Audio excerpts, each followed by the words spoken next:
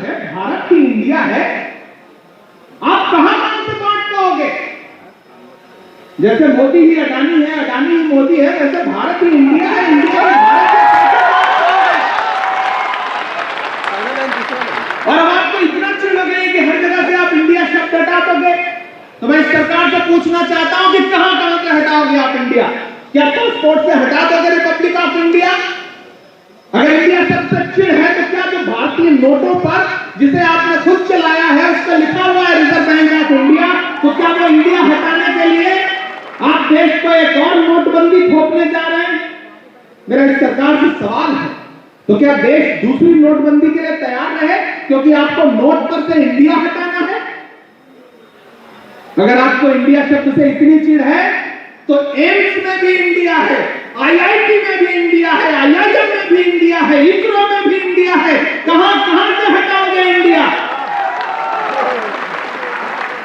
और ये जो आप बहस खड़ी करना चाहते हैं भारत बनाम इंडिया, नहीं नरेंद्र मोदी जी, आप ये बहस नहीं खड़ी कर पाएंगे क्योंकि हम कांग्रेस हैं, हमारा पूरा नाम ही है भारतीय राष्ट्रीय कांग्रेस। राहुल गांधी जी ने 3,500 किलोमीटर पैदल चलने का बीड़ा उठाया तो उस यात्रा का नाम क्या रखा? भारत जोड़ो यात्रा। आप ये बहस नहीं खड़ी कर पाएंगे। आप छोड़ दीजिए कभी नेहरू जी पे इल्जाम लगाना, कभी कांग्रेस पे इल्जाम लगाना। मैं तो इतना बड़ा खुश होता हूं जब नरेंद्र मोदी जी के भाषण सुनता हूं, फिर मैं 1 साल पूर्व के उनके भाषण याद करता हूं जब वो कहा करते थे भारत कांग्रेस मुक्त होने जा रहा है। आज स्थिति यह हो गई है कि कांग्रेस की अगुवाई में जो अलायंस बना है उसका खौफ इतना है, उसका डर इतना है कि अब उस नाम से परहेज करने लगे हैं। जबकि अटल बिहारी वाजपेयी जी के समय पे शाइनिंग इंडिया से लेकर के startup India, Khelo India, make in India, कितने कितने कार्यक्रम खुद ही इंडिया के नाम से चलाने वाले प्रधानमंत्री जी इंडिया शब्द से खतराने लगे।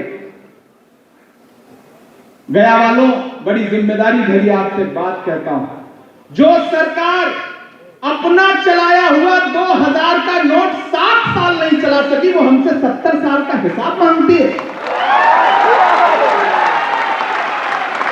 जो अपना चलाया हुआ नोट नहीं चला पाए वो देश क्या चलाएंगे? नहीं चला पाएंगे क्योंकि ये देश बहुत खूबसूरत है।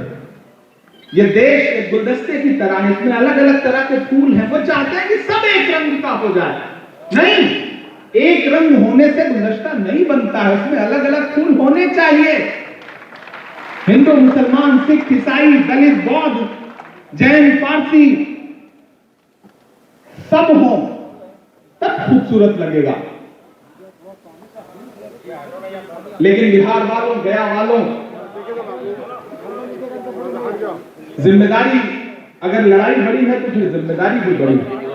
आपको अपनी जिम्मेदारी समझनी पड़ेगी।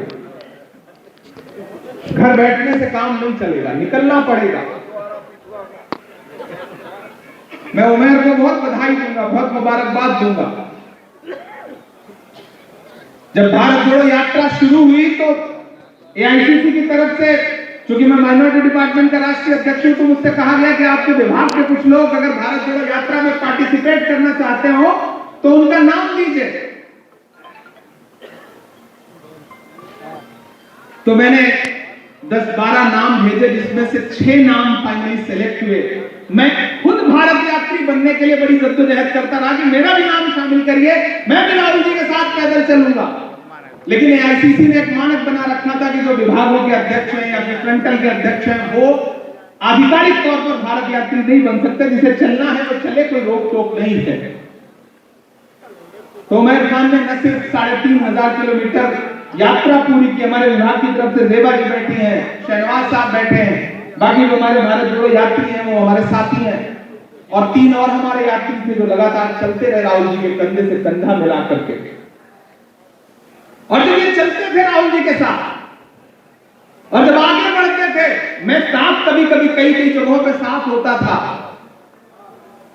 तो मुझे बार बार राहुल जी की तरफ देखता था और शकील आजमी का शेर याद आता कि चांद में ढलने, सितारों में निकलने के लिए मैं तो सूरज हूं, बुझूंगा भी तो जलने के लिए। मंजिलों मंजिलों तुम ही कुछ आगे की तरफ बढ़ जाओ, मंजिलों तुम ही कुछ आगे की तरफ बढ़ जाओ, रास्ता कम है मेरे पांव को चलने के लिए। और ये यात्रा पूरी करके आए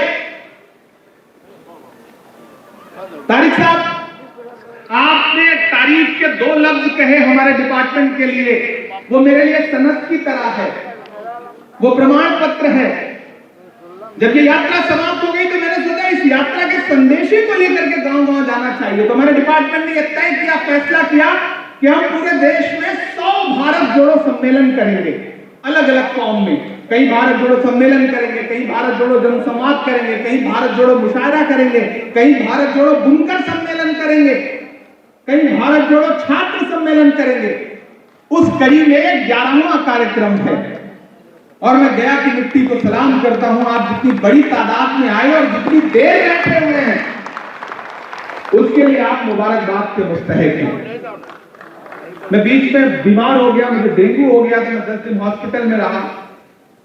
तारिक साहब वहां भी हालचाल लेने के लिए आए। तारिक साहब में जो खूबी है, राजनीतिक मंचों पे मैं तारीफ करने से नहीं खुद को रोक पा रहा हूं। जिस तरह से ये रिश्तों को निभाते हैं वो अपने आप में बहुत अनूठा है और मुझे लगता है एक बार जोरदार ताली तारिक अनवर साहब के इस खूबी के लिए जरूर बजनी चाहिए।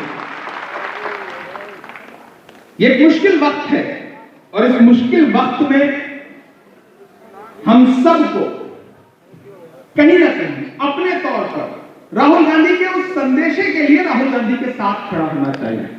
राहुल जी ने कहा था कि यात्रा रुकी नहीं है। जिस दिन यात्रा समाप्त हुई उसके बाद राहुल जी ने अपना फॉर्मेट बदला। वो कभी चले जा रहे हैं मुखर्जी नगर यूपीएससी की तैयारी करने वाले छात्रों के बीच में, वो कभी चले जा रहे हैं किसानों के बीच में धान लगाती हुई तस्वीरें आप सबने देखी होंगी। दरअसल वो धान नहीं लगा रहे थे बल्कि धान बो रहे थे भाजपा वालों के लिए।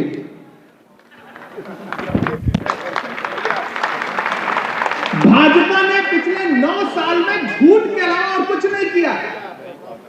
आपने बिहार में भी थोड़ा बहुत उन्हें आंशिक रूप से झेला है, हम दिल्ली में बैठ करके उन्हें झेल रहे हैं। उन्होंने झूठ बोलने के अलावा कुछ नहीं किया है। अभी मोदी जी ने बोला ना आपके यहां दरभंगा में एम्स वाला मामला, मतलब कहीं कुछ है ही नहीं और एम्स बन के तैयार हो गया। ये है भाजपा की राजनीति।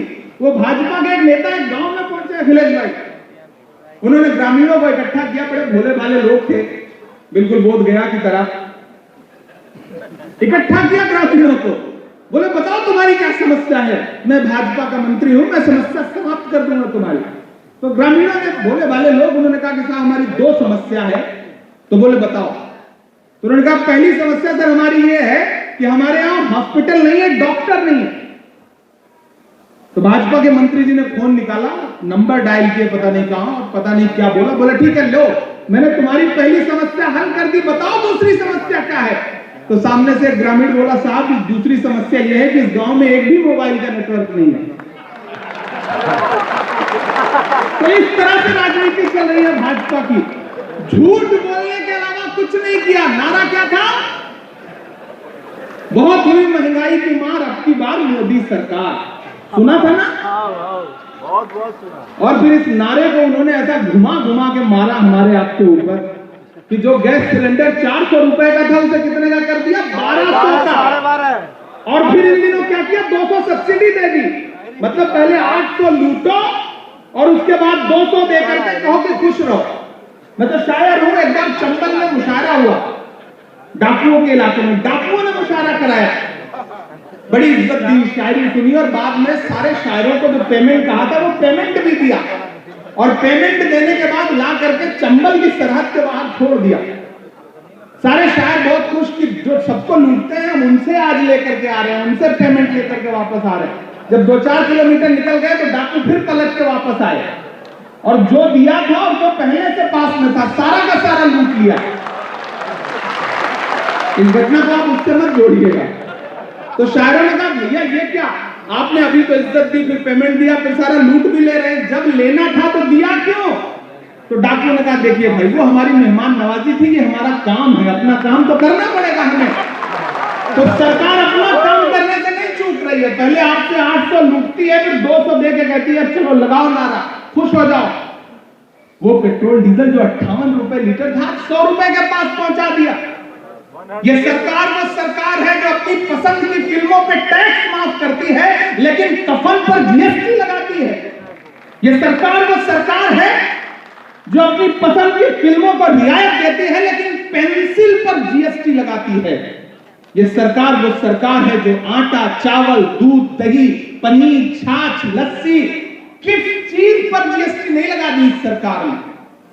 ये उद्योगपतियों की सरकार है, ये अमीरों की सरकार है, ये गरीबों की सरकार नहीं है। और फिर उससे ध्यान हटाने के लिए आपको उलझा किसमें देंगे? हिंदू में, मुसलमान में, सिख में, ईसाई में। मैं आपसे यह अनुरोध करना चाहता हूं कि राहुल गांधी जी की जो भारत जोड़ो यात्रा है वो इसीलिए थी। मीडिया के एक साथी ने मुझसे पूछा कि इमरान साहब भारत जोड़ो यात्रा का मकसद क्या है? मैंने कहा राहुल गांधी जी ने इस बार बहुत बड़ा टास्क लिया है। वो जानते हैं कि इस देश में जब तक नफरत कम नहीं होगी तब तक भाजपा कम नहीं होगी, इसलिए उन्होंने लंबा टास्क लिया है नफरत कम करने का। कन्याकुमारी से कश्मीर निकले हैं और आप ये पाएंगे कि राहुल जी की उस यात्रा के बाद माहौल बदला है। बदला है या नहीं बदला है? बताइए मुझे। बदला है। आज देश में मोहब्बत की दुकानें अलग अलग सूबों में खुल रही हैं। कर्नाटक में खुली, इतनी शानदार दुकान खुली। प्रधानमंत्री जी जा करके मंचों पर खड़े होकर के धार्मिक नारे लगाते रहे, लेकिन जनता ने नकार दिया। कांग्रेस को प्रचंड बहुमत के साथ जिताया, हिमाचल में जिताया। और अभी ये जो बाई इलेक्शन हुए 7, उसमें भी तारिक साहब ने बताया है कि 4 इंडिया अलायंस जीता है, 3 भाजपा जीती है। तो मैं बधाई दूंगा भारत जोड़ो यात्रा को आंशिक रूप से या मानसिक रूप से या शारीरिक रूप से जिसने भी रत्ती भर सहयोग किया है वो बधाई का पात्र है।